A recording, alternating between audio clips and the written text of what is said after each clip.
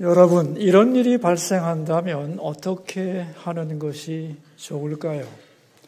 승객을 가득 채우고 기차가 달려가고 있습니다. 그런데 눈을 들어보니 저 레일 위에서 5명의 인부가 일을 하고 있었습니다. 기관사는 깜짝 놀라서 브레이크를 밟았는데 이 브레이크는 고장이 나서 멈추지를 않습니다. 그대로 기차가 나가면 5명은 죽을 수밖에 없습니다. 근데 앞을 둘러보니 저 옆에 선로에는 한 사람의 인부가 일을 하고 있는 겁니다. 그런데 그 선로를 지금 바꿀 수는 있습니다. 자, 이 순간에 어떻게 하는 것이 가장 정의로운 일일까요? 5사람을 죽는 일을 피하고 한 사람을 죽게 하는 것이 정의로운 일이다 라고 생각하는 사람들이 많습니다. 공리주의적 견해라고 부르죠. 최대 다수의 최대 행복, 공동체를 위하여 가장 소수만이 희생되는 것이 비교적 가장 정의로운 것이다. 그렇게 주장할 수 있는 겁니다. 또 다른 상황을 한번 가상해 보죠. 많은 사람들이 바다에 빠져서 죽어가고 있습니다. 그런데 보트 하나가 있는데 거기에 많은 사람이 올라타서 이제 한 사람만 더 태울 수 있습니다. 2사람을 태우면 그 보트마저 가라앉습니다. 그런데 죽어가는 떠 있는 사람들이 많습니다. 어린아이도 떠 있고 나이 드신 할아버지도 떠 있고 세계적인 석학으로 존경받는 학자도 떠 있습니다. 한 사람을 태워야 되는데 누구를 태우는 것이 가장 정의로운 일일까? 노인을 존경하는 사람은 노인을 태우는 것이 정의라고 말하겠죠. 아니라고 가장 오래 살아야 되는 어린이를 구하는 것이 정의라고 주장하는 사람도 있겠죠. 그런가 하면 아니라고 나라를 위해 크게 공헌할 수 있는 이 석학을 구출해야만 나라에 큰 유익이 있을 거라고 주장하는 사람들도 존재하는 거죠. 누구를 살리는 것이 정의인가 하는 겁니다. 여기서 우리가 알 수 있는 것은 철학과 가치 기준을 어떻게 가지느냐에 따라서 그 사람의 정의 개념이 바뀔 수 있다는 거죠. 그래서 정의는 좋은 것이고 필요한 것이고 마땅한 것이고 그것이 있어야만 사회 질서가 바로 서는데 문제는 구체적인 상황에서 완전한 정의가 뭔지를 규정하기는 생각보다 훨씬 어렵다는 것입니다. 그래서 우리는 항상 열린 마음으로 더 크고 완전한 정의가 뭔가를 추구해야 되는 거죠. 왜냐하면 인간의 정의는 완전하지 않고 불완전하기 때문에. 자, 그렇다면 인간의 정의를 넘어서는 완전한 정의, 하나님이 원하시는 정의는 뭐냐? 그것이 오늘 이사야 42장의 주제가 되겠습니다. 이스라엘 백성들은 바벨론 포로로 끌려갑니다. 그런데 여기서 어떻게 해방될 수 있느냐 생각해보면 가능성이 제로죠. 노예로 팔려간 사람들이 어떻게 스스로 노예의 자리에서 해방되어 돌아올 수 있겠습니까? 불가능한 거죠. 근데 하나님은 약속을 하는 겁니다. 내가 한 사람 고레스라고 하는 한 왕을 일으켜서 그로 하여금 바벨론을 무너뜨리게 하고 바벨론으로부터 포로되어 간 유다 백성들을 내가 돌아오게 하리라 하고 하나님은 예언을 하고 있는 겁니다. 자, 여기서 이제 고레스라고 하는 사람은 하나님이 이스라엘 백성들을 돌아오게 하는 일종의 구원자로 일할 수 있게 되는 거죠. 오늘 42장에서는 이제 이 사건을 예표로 해서 더 먼 미래에 있을 더 완전한 구원에 대한 말씀을 하는 겁니다. 고레스라는 사람보다 월등하게 뛰어난 구원자 메시아를 보냄으로써 죄에 포로되어 있는 모든 인간을 하나님은 구원하기를 원한다는 거죠. 그래서 오늘 42장은 메시아에 대한 예언장이 되는 겁니다. 인간의 가장 큰 문제인 죄의 문제로부터 온전히 자유롭게 구원하는 메시아. 그는 도대체 누구이며 그의 사역은 어떻게 시행되는가? 즉 메시아 사역의 핵심이 뭐냐? 이게 오늘 본문에 자세하게 나옵니다. 그런 의미에서 아주 중요한 신학적인 의미를 가지고 있다고 볼 수 있죠. 자, 우리 1절 말씀, 42장 1절 말씀을 살펴보겠습니다.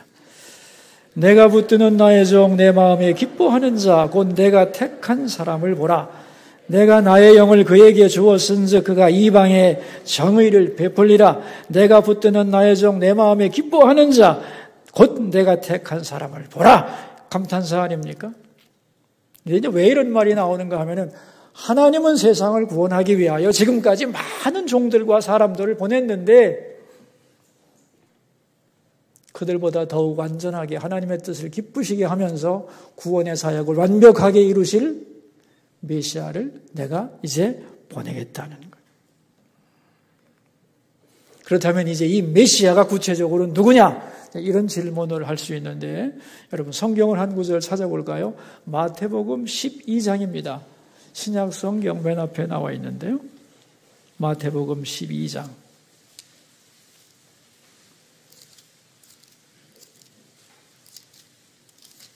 마태복음 12장 15절 이하가 예수님의 메시아 되심을 증명하는 구절인데 우리 마태복음 12장 15절에서 18절까지 한번 읽어봅시다.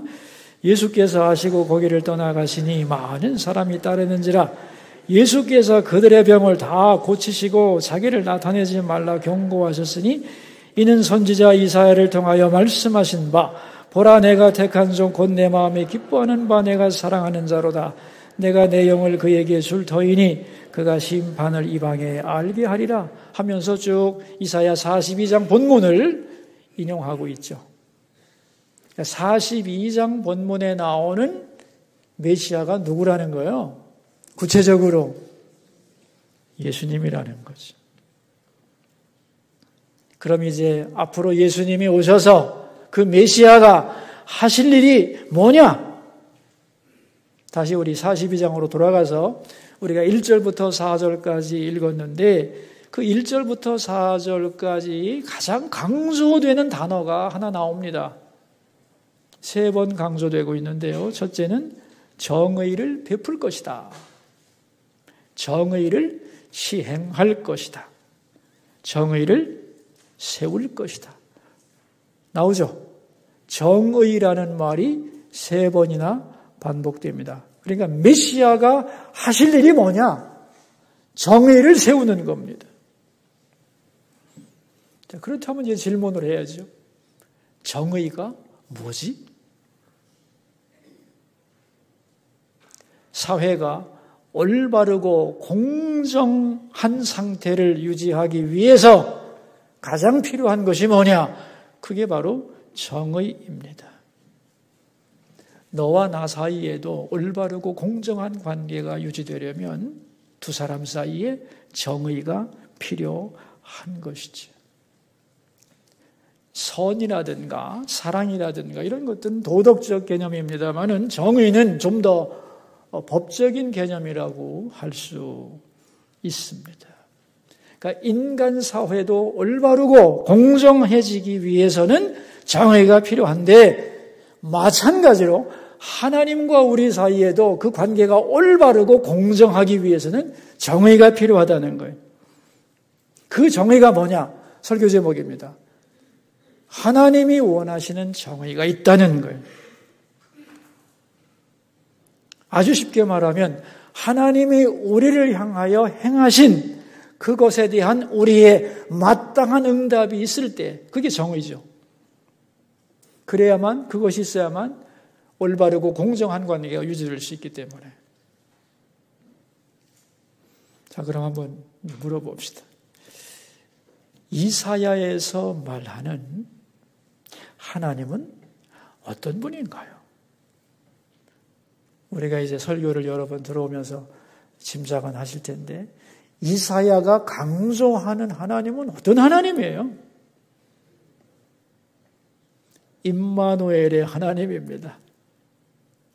어떤 하나님이요? 임마누엘의 하나님. 언제나 우리와 함께 계시고 우리를 가장 사랑하시고 우리에게 모든 좋은 것을 아낌없이 주시는 분이 하나님이지요.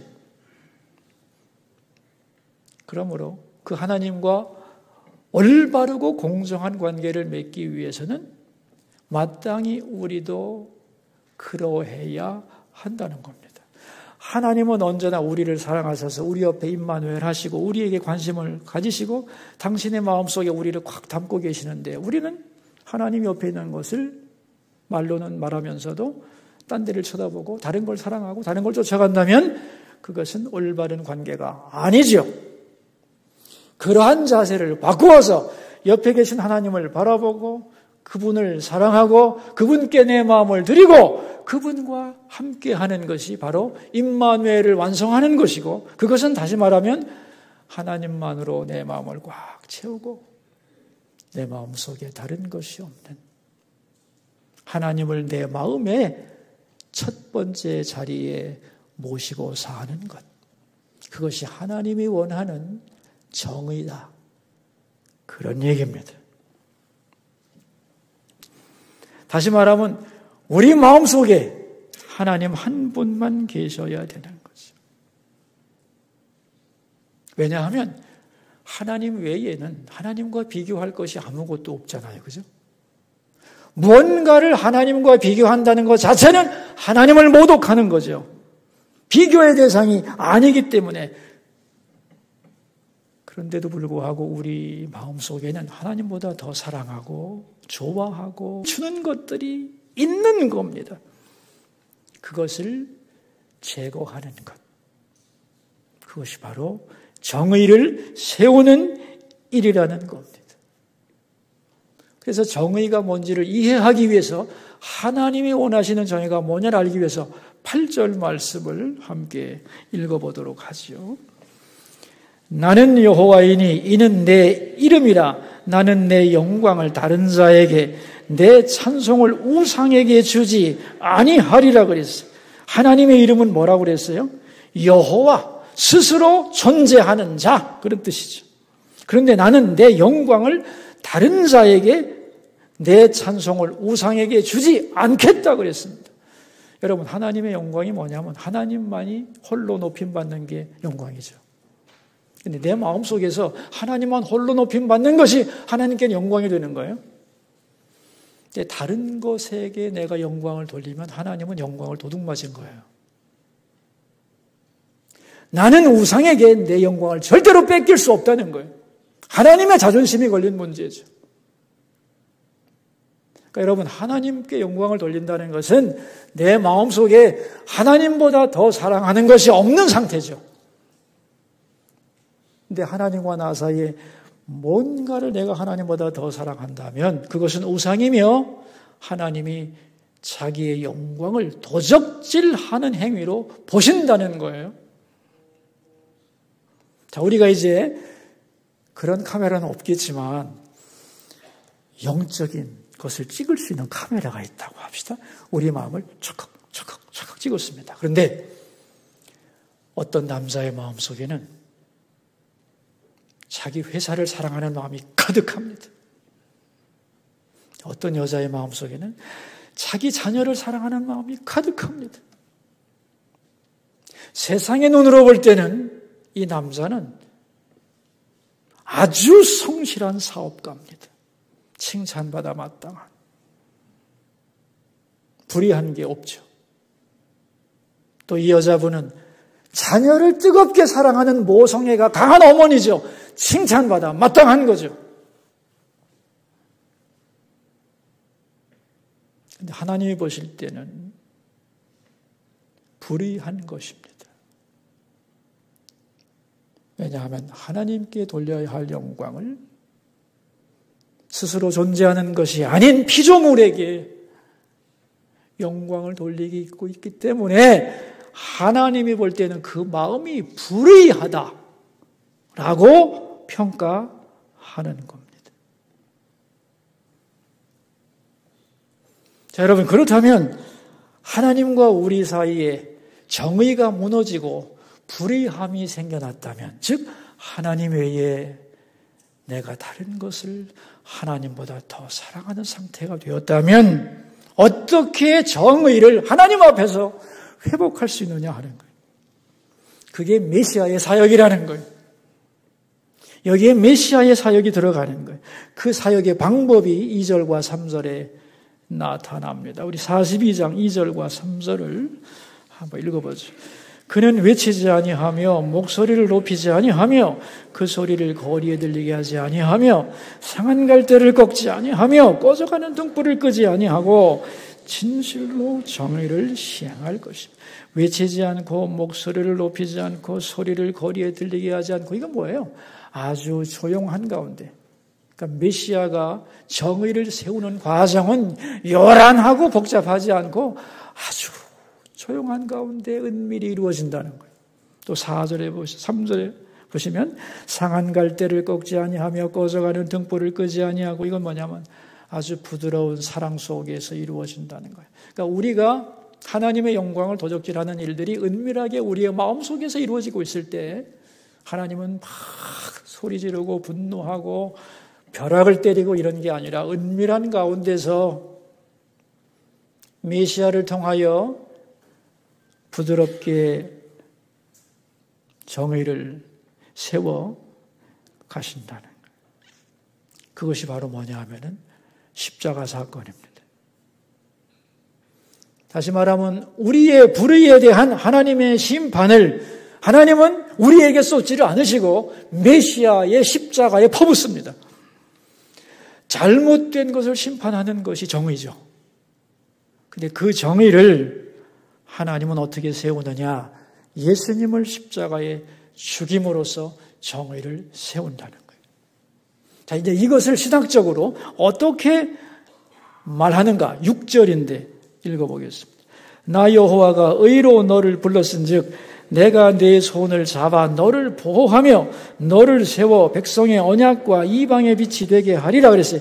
우리의 의가 아니고 예수님의 의로 우리의 불의를 덮어주겠다는 거예요. 십자가에 죽으신 예수님의 의로 우리의 불의를 덮어주겠다. 자, 7절입니다. 내가 눈먼 자들의 눈을 밝히며 갇힌 자를 감옥에서 이끌어내며 흑암에 앉은 자를 감방에서 나오게 하리라. 우리의 상식으로는 우리 마음속에 이루어진 불의, 이게 죄인지도 사실은 모르죠. 근데 이제 예수님의 십자가를 통하여 그게 죄라는 것을 깨닫겠다는 겁니다.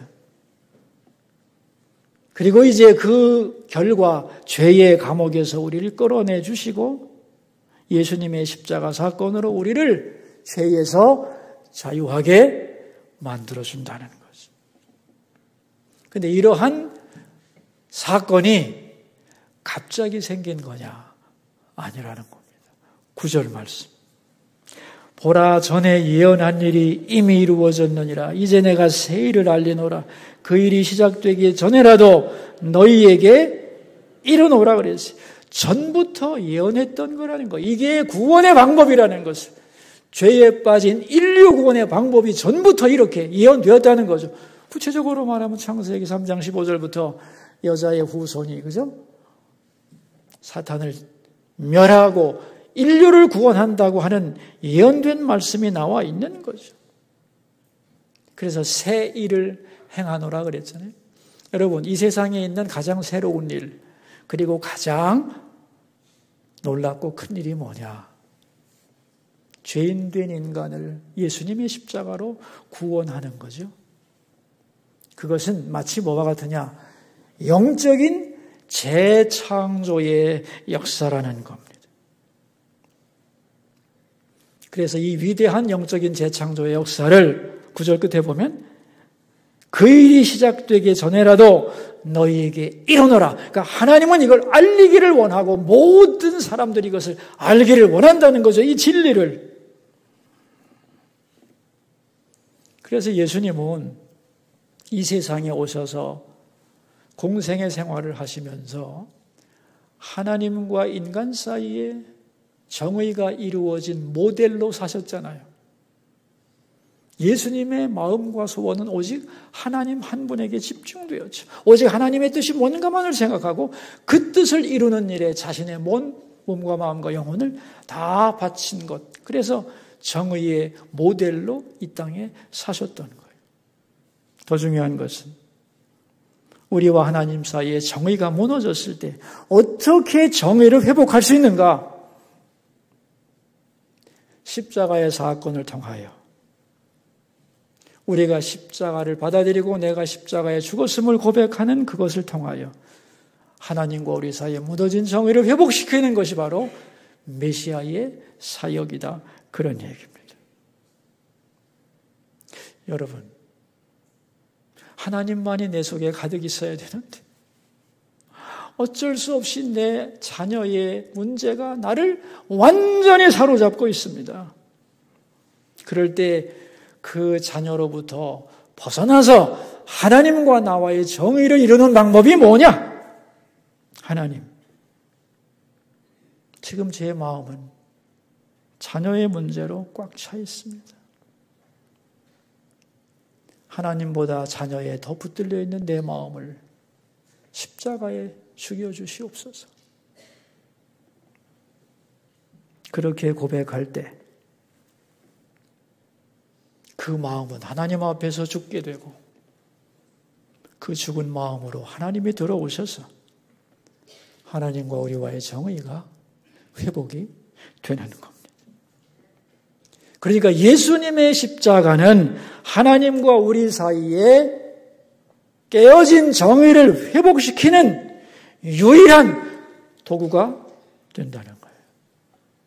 여러분, 많은 성도들이 오해하는 게 뭐냐면 십자가를 과거의 하나님 자녀가 되는 프로세스로서의 십자가로 생각하고 지금 나에게는 십자가가 필요 없다고 생각하는 사람들이 굉장히 많습니다. 그러나 아닙니다. 우리가 십자가를 통하여 하나님 자녀가 됐죠. 그럼에도 불구하고 항상 하나님과 우리 사이에는 세상의 어떤 가치들이 끼어들게 되어 있는 겁니다. 이거를 계속 제거해 내가는 데는 뭐가 필요하냐? 내가 십자가에 죽었음을 고백하는 그 고백이 필요합니다. 그래서 예수님의 십자가를 바라보면서 내가 그 앞에서 죽었다는 것을 고백할 때마다 하나님과 나 사이에 무너진 정의가 회복된다는 사실을 절대로 잊지 않기를 바랍니다. 여러분, 내가 십자가에 죽었다는 고백이 왜 이렇게 중요한가 하면은 성경에서 죽었다는 뜻은 뭐냐면 그것과 나와의 관계가 깨졌다는 뜻이에요. 끊어졌다는 뜻입니다. 내가 십자가에 죽었습니다. 그 말은 세상과 나와의 관계가 끊어지고 하나님과 나와의 관계가 가장 밀접한 관계가 되었다는 고백 아닙니까? 그렇죠? 그러니까 세상과 나와의 관계가 끊어졌기 때문에 하나님 이외에 내가 사랑하는 것과 나와의 관계도 다 끊어진 거죠. 돈과 명예와 생명과 이런 애착들이 다 끊어지는 거죠. 그 애착이 끊어진다는 건 어떤 의미냐 하는 거예요. 더 중요한 걸 얘기해야 되겠네요. 하나님과 나 사이에 아무것도 없어야 되잖아요. 그게 정의죠. 그런데 어떤 것이 끼어드는 이유는 뭐냐 하면은 내가 그것을 하나님보다 더 사랑했기 때문에 끼어드는 거예요. 이것이 있어야만 행복해. 이것이 없으면 불행해져. 나는 여기에 마음을 둘 수밖에 없어. 그렇게 내가 마음으로 하나님보다 더 사랑하기 때문에 그것이 하나님과 나 사이를 끼어들 수 있는 합법적인 권세를 얻게 되는 겁니다. 그럼 그 권세를 부수어야 되죠. 그 부수는 방법이 뭐냐? 나는 십자가에 죽었습니다. 그래서 너와 나의 관계가 끊어졌다는 것을 선포할 때 하나님과 나 사이에 끼어있던 것은 그 자리에 있을 합법적인 권리를 박탈당합니다. 그래서 그 자리를 비켜나가야 하는 거예요. 그래서 거기서 옮겨서 하나님의 뒤로 가게 되어 있는 거죠.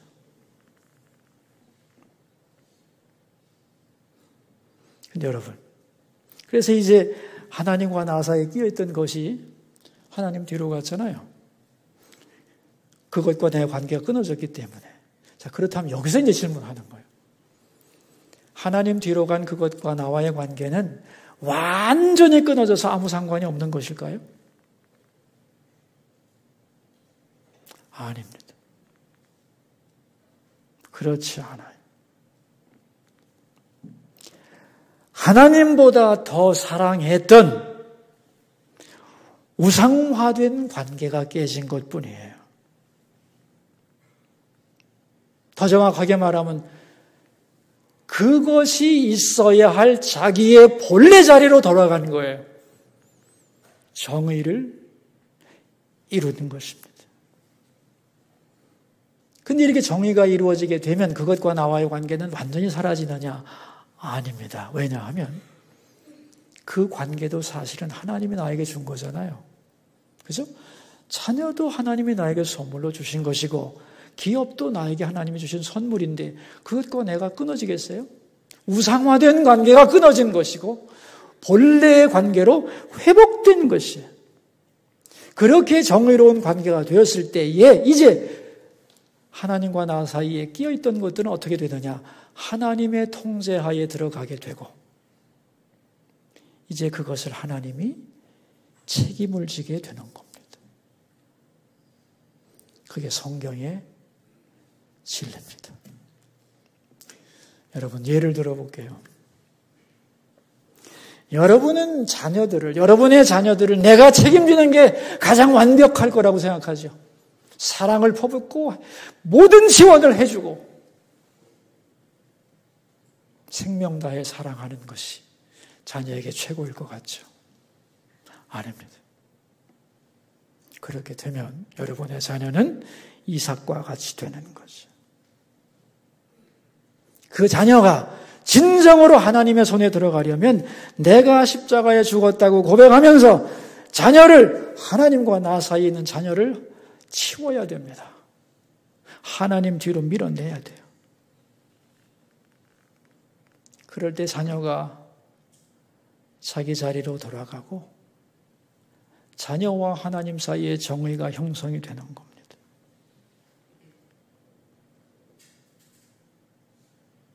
그럴 때 무능한 부모가 그 자녀를 책임지는 게 아닙니다. 나에게 그 자녀를 선물로 주셨던 전능하신 하나님이 그 자녀를 책임진다. 우리는 하나님께 맡겨야 할 자녀들을 우리가 감당하려고 함으로써 하나님이 그 자녀를 향한 뜻을 막는데 부모의 사랑이 오용되고 있다는 것을 기억해야만 하는 것입니다. 하나님과 나 사이에 있는 것이 뒤로 가서 하나님의 통제하에 있게 될 때, 즉 정의가 이루어질 때 하나님께는 영광이 되고 우리에게는 기쁨이 충만해집니다. 그리고 우리 자녀에게는 축복이 임하게 되는 것입니다. 이것이 하나님이 원하는 정의입니다. 하나님과 언제나 정의로운 관계로 살아가는 행복한 여러분 되시기를 주의 이름으로 축원합니다. 기도하겠습니다. 우리 들은 말씀을 생각하면서 두 가지 기도 제목을 가지고 주님 앞으로 나갑시다. 첫 번째 기도 제목입니다. 하나님과 우리 사이에 십자가를 통한 진정한 정의가 이루어지게 해 주소서. 기도하겠습니다. 두 번째 제목입니다. 추석을 맞이하여 가정마다 기쁨이 가득하게 하시고 명절을 통하여 개인과 공동체가 치유와 회복의 은혜를 누리게 해 주소서. 기도하겠습니다. 하나님 아버지, 메시아를 보내셔서 하나님과 우리 사이에 정의를 세우시겠다고 약속해 주신 내용을 살펴보았습니다. 예수님이 삶으로 직접 보여주신 정의, 십자가를 통해 오늘도 하나님과 우리 사이에 정의를 회복시키는 그 놀라운 비밀을 알게 해 주시고 하나님과 우리 사이에 완전한 정의가 이루어져서 하나님께는 영광이 되고 우리에게는 기쁨이 충만하게 하옵소서. 회복과 치유의 기회로 주신 이 아름다운 명절을 근심과 염려로 보내지 않게 하시고 모든 염려 내려놓고 하나님 안에서 쉬면서 감사하며 기뻐하면서 개인과 공동체가 치료되는 은혜를 마음껏 누릴 수 있게 해 주시고, 명절을 지나 이 가을 앞으로 남은 시간들을 더 힘차게 살아가는 하나님의 자녀들이 되게 하옵소서. 존귀하신 예수님의 이름으로 기도하옵나이다. 아멘.